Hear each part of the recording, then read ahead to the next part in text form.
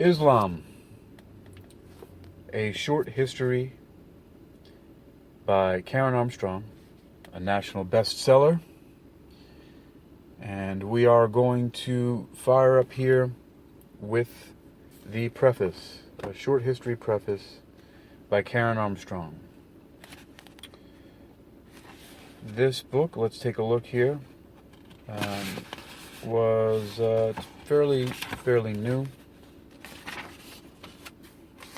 It was published in 2002. All right, by Karen Armstrong is the copyright. And the preface is very insightful. You're listening to World Reading Club, presented by Hakeem Alibokis Alexander on Spreaker, social podcasting, Call-in, social podcasting, and Wisdom, Social Audio Inc., presented by and for World Reading Club, in association with Uniquilibrium. This edition's reading focus comes to us from the book Islam, A Short History by Karen Armstrong. This is the preface that I'll be reading. But first, there's a short excerpt here that should go first. It's on the back cover, and it reads, "No religion in the modern world is as feared and misunderstood as Islam. It haunts the popular imagination as an extreme faith that promotes terrorism, authoritarian government, female oppression, and civil war." In a vital revision about the subject, Karen Armstrong's short history demonstrates that the world's fastest growing faith is a much more complex phenomenon than its modern fundamentalist strain might suggest. Preface. The external history of a religious tradition often seems divorced from the raison d'etre of faith. The spiritual quest is an interior journey. It is a psychic rather than a political drama. It is preoccupied with liturgy, doctrine, contemplative disciplines, and an exploration of the heart, not with the clash of current events. Religions certainly have a life outside the soul. Their leaders have to contend with the state and affairs of the world, and often relish doing so. They fight with members of other faiths who seem to challenge their claim to a monopoly of absolute truth. They also persecute their co-religionists for interpreting a tradition differently or for holding heterodox beliefs.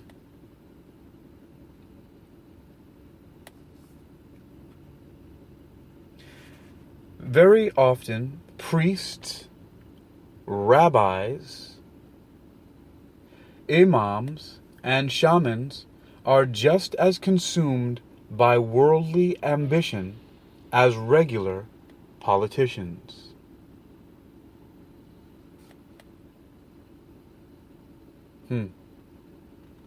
But all this is generally seen as an abuse of a sacred ideal. These power struggles are not what the religion is really about, but an unworthy distraction from the life of the Spirit, which is conducted far from the madding crowd, unseen, silent, and unobtrusive. Unseen, silent, and unobtrusive.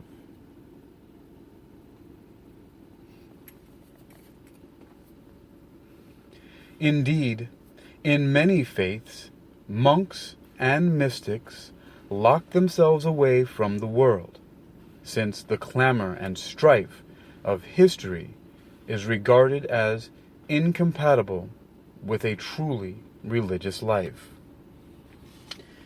In the Hindu tradition, history is dismissed as evanescent, unimportant, and insubstantial. The philosophers of ancient Greece were concerned with the eternal laws underlying the flux of eternal events, which could be of no real interest to a serious thinker. In the Gospels, Jesus often went out of his way to explain to his followers that his kingdom was not of this world, but could only be found within the believer. The kingdom would not arrive with a great political fanfare, but would develop as quietly and imperceptibly as a germinating mustard seed. In the modern West, we have made a point of separating religion from politics. This secularization was originally seen by the philosophies of the Enlightenment as a means of liberating religion from the corruption of state affairs and allowing it to become more truly itself. I wonder if I read that correctly. In the modern West, we have made a point of separating religion from politics.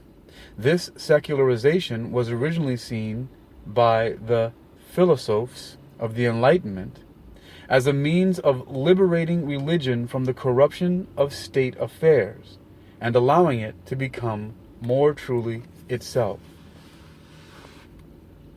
But however spiritual their aspirations, religious people have to seek God or the sacred in this world.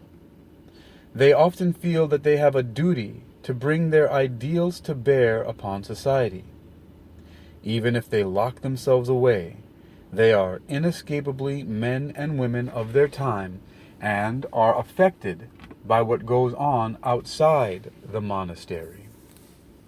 Although they do not fully realize this, wars, plagues, famines, economic recession, and the internal politics of their nation will intrude upon their cloistered existence and qualify their religious vision. Indeed, the tragedies of history often goad people into the spiritual quest in order to find some ultimate meaning in what often seems to be a succession of random, arbitrary, and dispiriting incidents.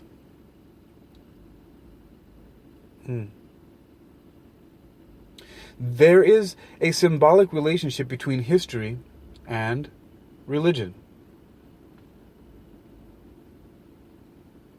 Therefore, there is a symbolic relationship between history and religion, therefore. It is, as the Buddha remarked, our perception that existence is awry that forces us to find an alternative which will prevent us from falling into despair. Perhaps the central paradox of the religious life is that it seeks transcendence, a dimension of existence that goes beyond our mundane lives, but that human beings can only experience this transcendent reality in earthly, physical phenomena. People have sensed the divine in rocks, mountains, temple buildings, law codes, written texts, or in other men and women. We never experience transcendence directly. Our ecstasy is always earthed, enshrined in something or someone here below. Religious people are trained to look beneath the unpromising surface to find the sacred within it. They have to use their creative imaginations. Jean-Paul Sartre defined the imagination as the ability to think of what is not present. Human beings are religious creatures because they are imaginative. They are so constituted that they are compelled to search for hidden meaning and to achieve an ecstasy that makes them feel fully alive. Each tradition encourages the faithful to focus their attention on an earthly symbol that is peculiarly its own, and to teach themselves to see the divine in it. In Islam, Muslims have looked for God in history. Their sacred scripture, the Quran, gave them a historical mission. Their chief duty was to create a just community in which all members, even the most weak and vulnerable, were treated with absolute respect. The experience of building such a society and living in it would give them intimations of the divine, because they would be living in accordance with God's will.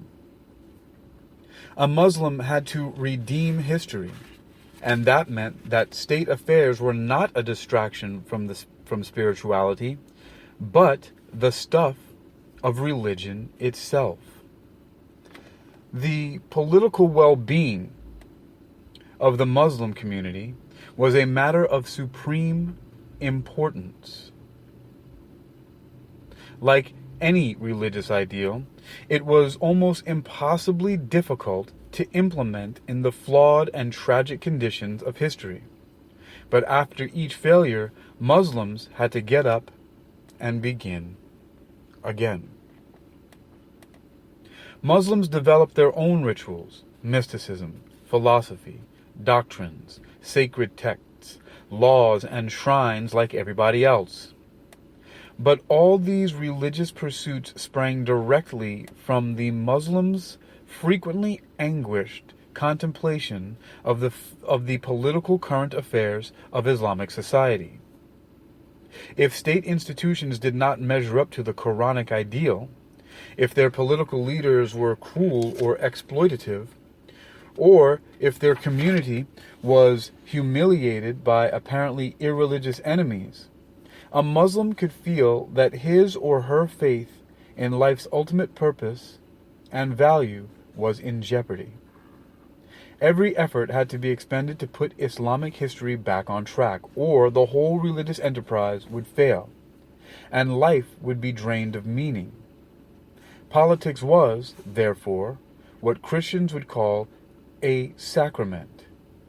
It was the arena in which Muslims experienced God and which enabled the divine to function effectively in the world. Consequently, the historical trials and tribulations of the Muslim community, political assassinations, civil wars, invasions, and the rise and fall of the ruling dynasties, were not divorced from the interior religious quest, but were of the essence of the Islamic vision.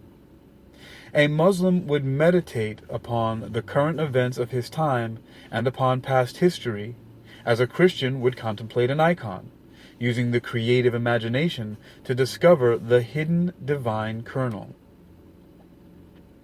An account of the external history of the Muslim people cannot, therefore, be of mere secondary interest, since one of the chief characteristics of Islam has been its sacralization of history. Islam, A Short History. That's the preface. It's by Karen Armstrong. It says on the cover it's an international bestseller.